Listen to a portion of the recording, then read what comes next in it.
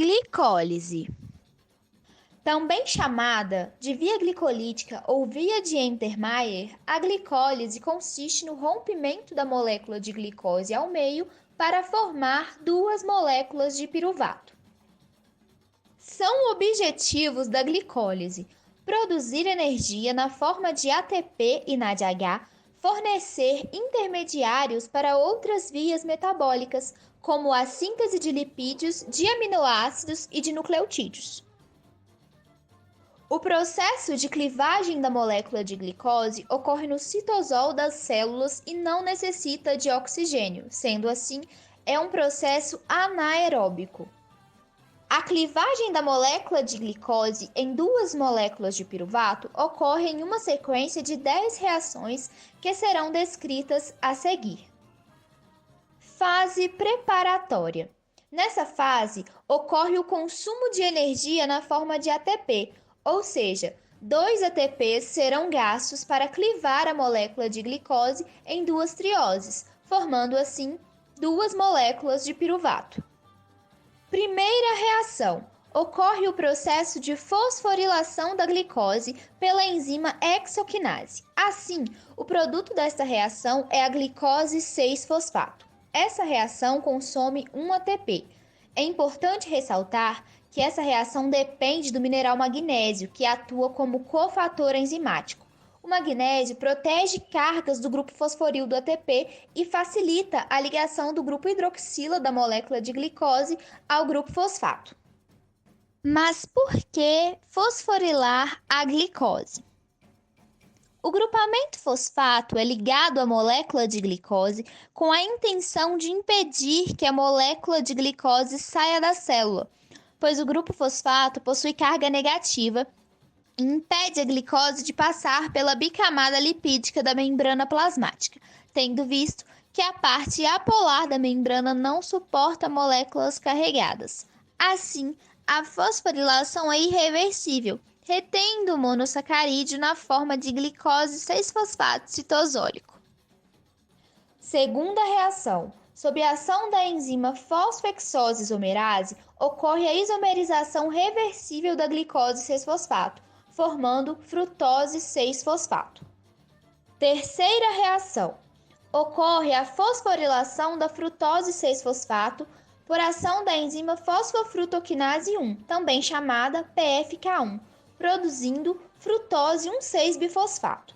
Esta reação é dependente de ATP, representando então o segundo gasto de energia da célula. Quarta reação. A molécula de frutose 1,6-bifosfato é clivada, ou seja, dividida em 2 fragmentos de 3 carbonos, formando dihidroxiacetona fosfato e gliceraldeído 3-fosfato. Essa reação é catalisada pela enzima aldolase. Quinta reação. Somente o gliceraldeído 3-fosfato pode ser diretamente degradado nas próximas etapas da via glicolítica. Dessa forma, por ação da enzima triose-fosfato isomerase, a dihidroxiacetona fosfato é convertida reversivelmente em gliceraldeído 3-fosfato. É válido ressaltar que a molécula de glicose foi dividida ao meio, portanto, as reações que se seguem serão representadas apenas uma vez, mas na realidade, elas ocorrerão em dobro. Fase de pagamento. Até o momento, não ocorreram reações oxidativas e houve consumo de 2 ATPs. Assim, esta fase recebe este nome, visto que ocorrerá o pagamento de 2 moléculas de ATP consumidas na fase preparatória e ainda restará à célula um saldo positivo de 2 ATPs, 2 piruvatos e 2 NADHs.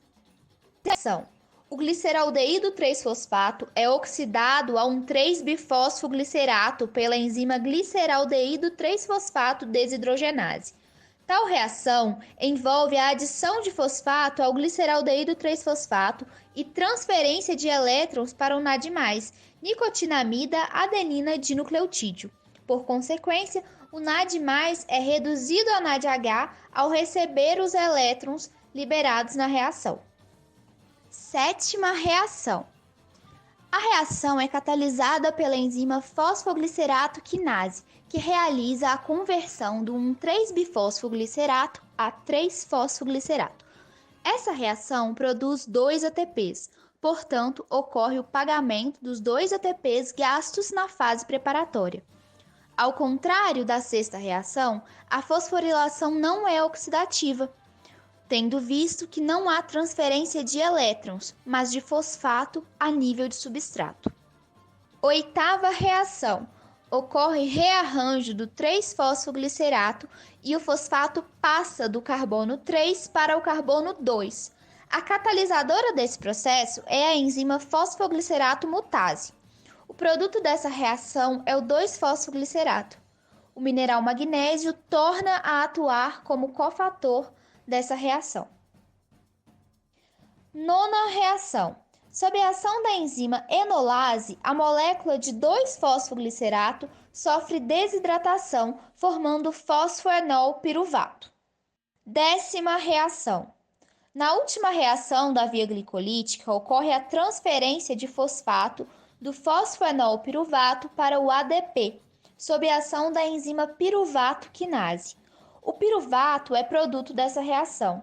É importante ressaltar que a reação necessita de potássio e magnésio como cofatores enzimáticos. Balanço energético da glicólise. A fase preparatória consumiu 2 ATPs. Na fase de pagamento foram produzidos 4 ATPs, 2 NADH e 2 moléculas de piruvato. Sendo assim, o saldo líquido da via glicolítica é de 2 ATPs, 2 NADH e 2 moléculas de piruvato. Regulação da glicólise. A glicólise possui 10 reações e, como na maioria das vias metabólicas, as reações que servem como ponto de controle são as que em condições celulares são irreversíveis. Na glicólise, 3 reações são irreversíveis, a primeira, terceira e 10ª. Dessas 3, a mais importante é a catalisada pela fosfofrutoquinase 1, a PFK1, que é o principal ponto de controle da via glicolítica. A primeira reação é inibida por seu produto, a glicose 6-fosfato, como também pela alta concentração de ATP. Concentrações elevadas de AMP e insulina estimulam a reação. A terceira reação é catalisada pela fosfofrutoquinase. A atividade da PFK1 é aumentada através de uma modulação alostérica, ou seja, baixas concentrações de ATP ou altas concentrações de AMP e ADP, produtos da quebra de ATP, quando em excesso, fazem com que a enzima seja estimulada. Entretanto, se houver excesso de ATP ou outro substrato que as células possam utilizar para produzir energia, o organismo não necessita metabolizar glicose e, assim, a atividade da fosfofrutoquinase é inibida. A 10ª reação é inibida em alta concentração de ATP, piruvato e aminoácidos como a alanina. Concentrações elevadas de AMP estimulam a atividade da piruvato quinase. São minerais essenciais para a glicólise o magnésio, que é encontrado no abacate, o potássio, presente na banana, e o fósforo, encontrado em peixes, principalmente os gordurosos, pois esses minerais atuam como cofatores enzimáticos da via glicolítica. Nesse contexto, é importante destacar os benefícios do consumo da semente de abóbora para a via glicolítica, pois esse alimento é rico nos 3 minerais essenciais para a ocorrência da glicólise: magnésio, fósforo e potássio. É importante lembrar da niacina, que compõe a estrutura do NAD. Uma boa fonte dessa vitamina é o amendoim. Os organismos autotróficos produzem a glicose, que é transferida aos heterotróficos por meio da cadeia alimentar. Contudo, para que essa energia possa ser aproveitada, a glicose precisa ser clivada através da glicólise. Conforme a molécula de glicose é quebrada, a energia é liberada e armazenada na forma de ATP. Em seres aeróbios, a glicólise corresponde à primeira etapa da respiração celular, possibilitando assim a síntese de 30 a 32 moléculas de ATP. Organismos anaeróbios realizam processos como a fermentação, que gera um saldo de apenas 2 ATPs. Assim, Pode-se dizer que a glicólise corresponde ao processo-chave de degradação da glicose para que as células obtenham energia. Portanto, ela é a rota bioquímica comum e essencial à vida de todos os seres